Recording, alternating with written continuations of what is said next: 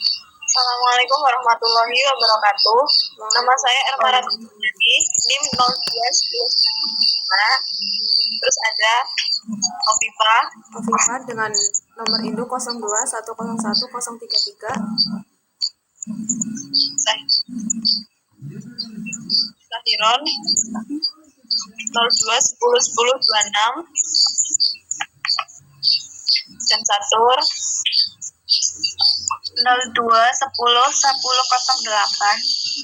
Kami dari kelompok 4 CPL Pengantar Manajemen akan mempresentasikan hasil diskusi dari kelompok kami dengan menjawab pertanyaan yang telah diajukan oleh dosen pengantar manajemen yaitu Budiah Suprihatin seputar kasus analisis manajemen Ais Es Krim.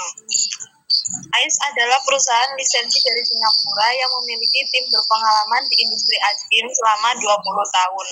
Siapa sih yang nggak kenal es krim? Es krim yang murah, gampang dicari, banyak varian rasanya dan enak. Namun di balik keunggulan es krim ini, ternyata mereka pernah tersandung masalah tentang tenaga kerja.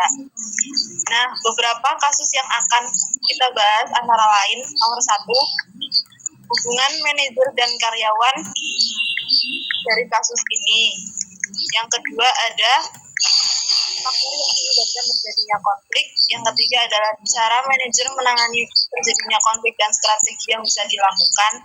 Dan yang terakhir ada pendapat kelompok kami tentang SSP. Langsung saja kita masuk ke pembahasan yang pertama yaitu hubungan manajer dan karyawan dari kasus ini. Mas Agiron bisa tolong dijelaskan tentang hubungan manajer dan karyawannya gimana? Baik, hubungan antara karyawan dan manajer dari PT AFI kurang baik. Terjadi miskomunikasi antara manajer dan para karyawan. Dan pihak PT AFI mengklaim bahwa pihak mereka tidak melakukan PHK sebagai tindak lanjut masalah yang ramai diperbincangkan, melainkan mereka mengklaim bahwa mereka sudah memanggil para pekerja 2 kali, namun para karyawan yang tetap melakukan mogok kerja. Selesai. Ada faktor yang menyebabkan konflik. Faktor yang menyebabkan jadinya konflik ada satu, perilaku pasif-agresif, bullying dan pelecehan, perspektif yang tidak jelas, senioritas, kurangnya kesempatan yang sama, pergantian kebijakan dan romantisme. Menurut saya, faktor yang menyebabkan terjadinya konflik di ISS ini adalah perilaku pasif-agresif, itu perilaku sabotase dari satu orang terhadap orang lain. Jadi kasus ini kan dari manajer ke karyawannya. Nah, yang ketiga ada cara manajer yang bisa dilakukan. Kita jelaskan ya. Baik, saya akan menjelaskan tentang bagaimana sebaiknya manajer menangani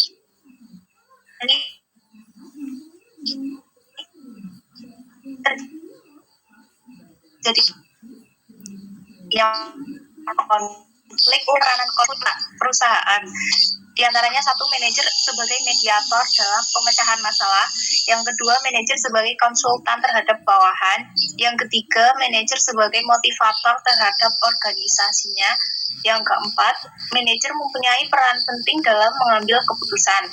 Yang kelima, seorang manajer diharuskan bisa menguasai semua permasalahan dan dapat diselesaikan dengan musyawarah dan pemikiran yang baik.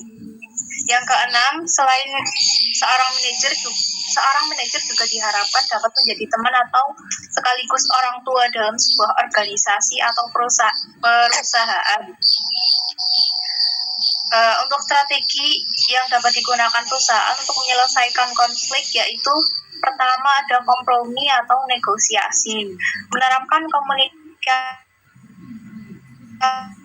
yang baik dan membicarakan masalah secara baik-baik agar terciptanya lingkungan yang terapletik atau yang dapat kita harapkan dan kondusif, serta dapat menemukan solusi yang tepat atas permasalahan yang terjadi. Yang kedua adalah disiplin. Disiplin di sini bukan hanya karyawan saja yang harus paham dan patuh terhadap peraturan yang ditetapkan oleh perusahaan, namun manajer juga harus mengetahui dan memahami peraturan dan kewajibannya terhadap kesejahteraan karyawan dengan mematuhi perundang-undangan ketenagakerjaan yang berlaku. Yang ketiga, memecahkan masalah. Perlu adanya komitmen dari semua pihak untuk saling mendukung dan memperhatikan satu sama lain agar solusi yang dicapai nantinya dapat membawa keuntungan bagi semua pihak. Terima kasih. Dan selesai ya Mbak Catur. Yang terakhir ada pendapat dari kelompok kami tentang kasus ice bank ini. Bahwa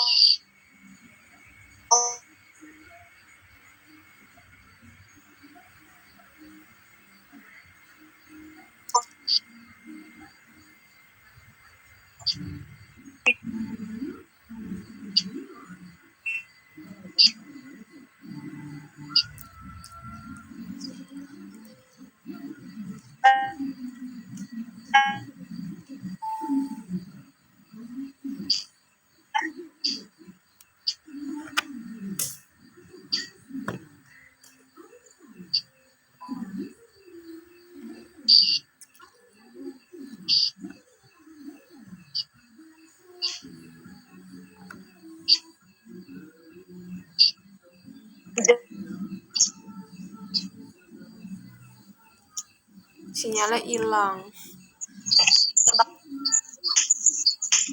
gimana? Sinyalnya hilang.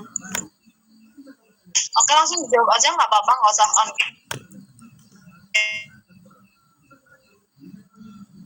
Jadi, baik, saya akan menjelaskan pendapat kelompok kami tentang es krim ice. Jika mendengar produk es krim ice, sudah pasti es krim yang enak yang bisa kita dapatkan dengan harga yang terjangkau. Selain itu, es krim ice mempunyai banyak varian rasa yang bisa kita nikmati. Kualitasnya pun tidak kalah dengan es krim lainnya yang sudah lebih dulu beredar di pasaran, walaupun tergolong harga yang bisa dibilang lebih murah dari es krim yang lain. Es krim ice pun sangat mudah untuk ditemukan, seperti di warung-warung terdekat, di toko-toko terdekat, di minimarket, bahkan di supermarket pun sudah ada.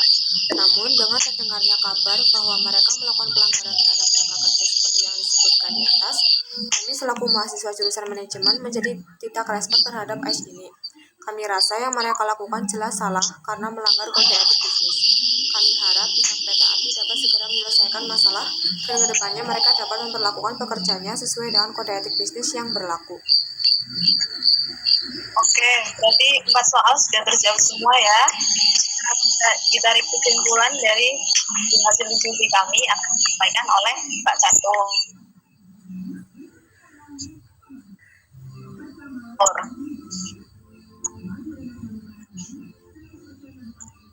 Silakan. Asasi manajemen PT AFI adalah kurang baik atau terjadi miskomunikasi ya.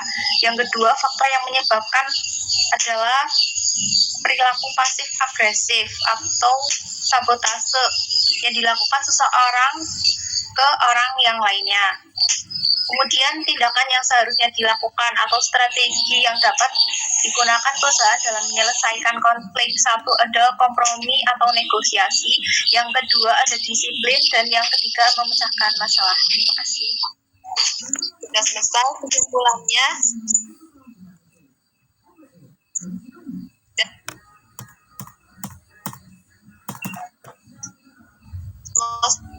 Soal sudah. Assalamualaikum warahmatullahi wabarakatuh. Waalaikumsalam warahmatullahi wabarakatuh.